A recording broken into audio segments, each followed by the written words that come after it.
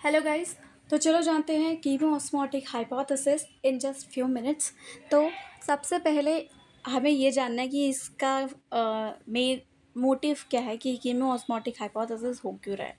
तो यहाँ पे हमें बनाना है NADPH और ATP बनाना है, तो उसके लिए हमें ये कीमोऑस्मोटिक हाइपोथेसिस पढ़ना पड़ेगा। ओके, तो चलो फिर शुरू करते हैं। सबसे पहले स्टार्टिंग करते हैं ये सब जान के कि ये सब चीज़ें हैं क्या। ये जो है ये क्या है, ये इन लोग का काम क्या है।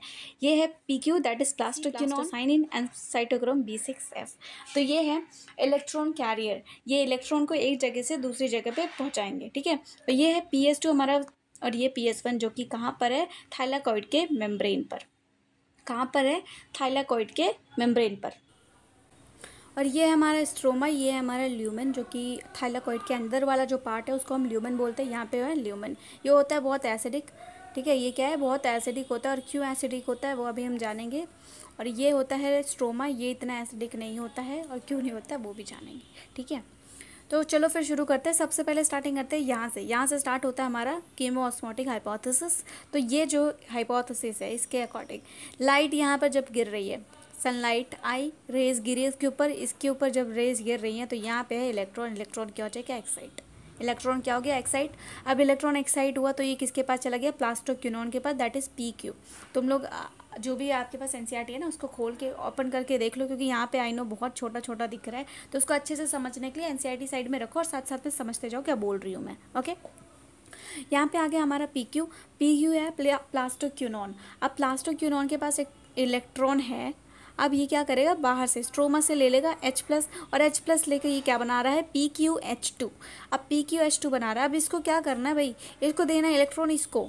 अब ये इलेक्ट्रॉन इसको देगा साइटोक्रोम B6 को। जब ये साइटोक्रोम B6 को इलेक्ट्रॉन देगा तो ये क्या करेगा, जो इसने H+ स्ट्रोमा से लिए है ना, उस H+ को ये कहाँ, यहाँ पे ल्यूमेन में डाल देगा।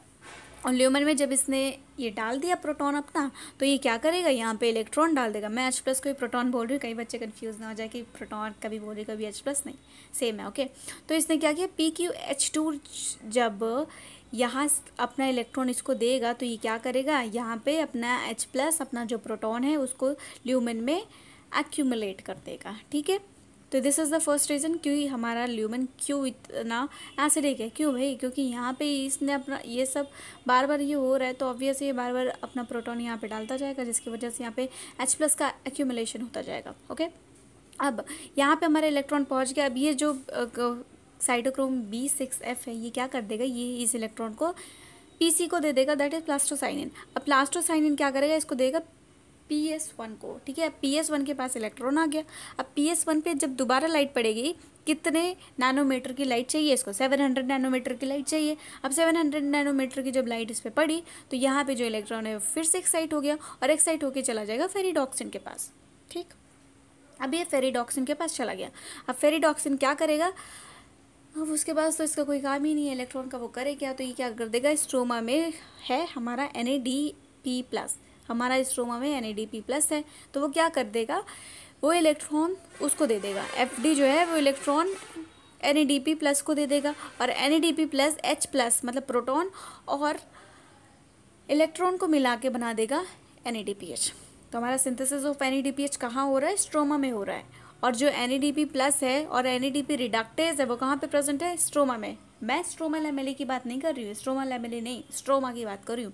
स्ट्रोमा लैमेले में एब्सेंट होता है ये रिडक्टेज, NADPH रिडक्टेज, पर यहाँ पे प्रेजेंट होता है। ओके,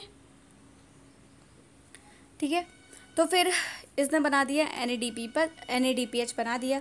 अब बात करते हैं यहाँ पे हमारा जो ATP है उसकी सिंथेसिस कैसे हो रही है। ठीक है, अब देखो भाई, यहाँ पे जो PS1 है, ये जो PS2 जो है वहाँ पे होता है वाटर की स्प्लिटिंग। PS2 से एसोसिएटेड होती है ना वाटर की स्प्लिटिंग हो कहाँ पे रही है, ल्यूमेन में हो रही है। और कहाँ पे किससे एसोसिएटेड होती है, PS2 में। PS1 में वाटर की स्प्लिटिंग नहीं होती है, वो कहाँ पे होती है, यहाँ पे PS2 में। अब जब यहाँ पे वाटर की स्प्लिटिंग हो रही है तो यहाँ पे बना कौन, H+ एंड ऑक्सीजन क्या करेगा भाई, वो तो गैस है, वो आराम से एटमॉस्फेयर में निकल जाएगा, पर बचेगा कौन, H+। अब यहाँ पर H+ एक्यूमुलेट होने लग गया है ना। तो मतलब this is the second reason कि हमारे ल्यूमेन इतना एसिडिक क्यों है भाई। एक तो यहाँ पे जो प्लास्टोक्विनोन है वो भी अपना H+ यहाँ पे देता जा रहा है, और दूसरा जो यहाँ पे H2 है वो स्प्लिट करके अपना H+ यहाँ पे एक्यूमुलेट करता जा रहा है। तो इस वजह से यहाँ पे H+ की कंसनट्रेशन बहुत ज़्यादा हो गई। अब H+ की कंसनट्रेशन ज़्यादा हो गई तो ये तो अपना इक्विलिब्रियम मेंटेन करने के लिए क्या करेगा, उस जगह पे जाएगा जहाँ पे एसिडिटी कम है। तो एसिडिटी कहाँ पे कम है, स्ट्रोमा में। अब स्ट्रोमा में जब एसिडिटी कम है तो इक्विलिब्रियम मेंटेन करने के लिए H+ कहाँ चला जाएगा, यहाँ पे। ठीक है, अब यहाँ से जब जा रहा है तो वो कहाँ से पास कर रहा है, यहाँ से CF0 से CF1। ये जो ATP सिंथेस है ये क्या कर रहा है, ATP की सिंथेसिस करेगा। ठीक है, ATP की सिंथेसाइज करेगा। अब यहाँ पे जैसे ही H+ यहाँ से निकला, H+ जैसे यहाँ से निकल रहा है तो वो क्या करेगा, ADP प्लस इनऑर्गेनिक फॉस्फेट से क्या बना देगा, ATP बना देगा। और जो H+ है वो बाहर निकल के स्ट्रोमा में चला जाएगा। अब यही जो H+ है यहाँ पे यूज़ हुआ है, ये जो H+ यहाँ पे निकल रहा है ना स्प्लिटिंग से, वही H+ यहाँ पे आके NADPH की सिंथेसिस में हेल्प कर रहा है।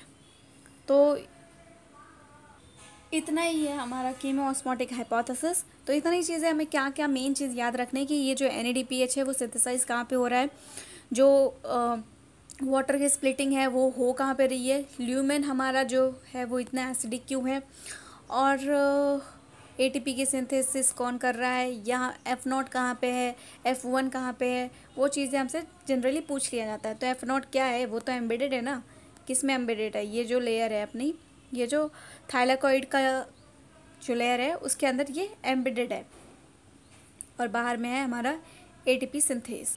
ये पूरा ही ATP सिंथेस है एक्चुअली, ये है CF0, ये है CF1, ये पूरा मिला के बना रहा है ATP सिंथेस। ठीक, तो इतना ही है हमारा ये कीमोऑस्मोटिक हाइपोथेसिस। अगर आपको कुछ और वीडियोस भी चाहिए किसी टॉपिक पे या किसी डायग्राम पे तो आप हमें कमेंट में लिख सकते हो, हम तुरंत बनाएंगे। हमारी पूरी जो सीरीज़ है डायग्राम की, उसमें आप कोई भी डायग्राम जो भी NCERT का डायग्राम हार्ड लग रहा है आप उसको ईजी वे में पढ़ना चाहते हो तो आप हमें बता सकते हो। Thanks for watching.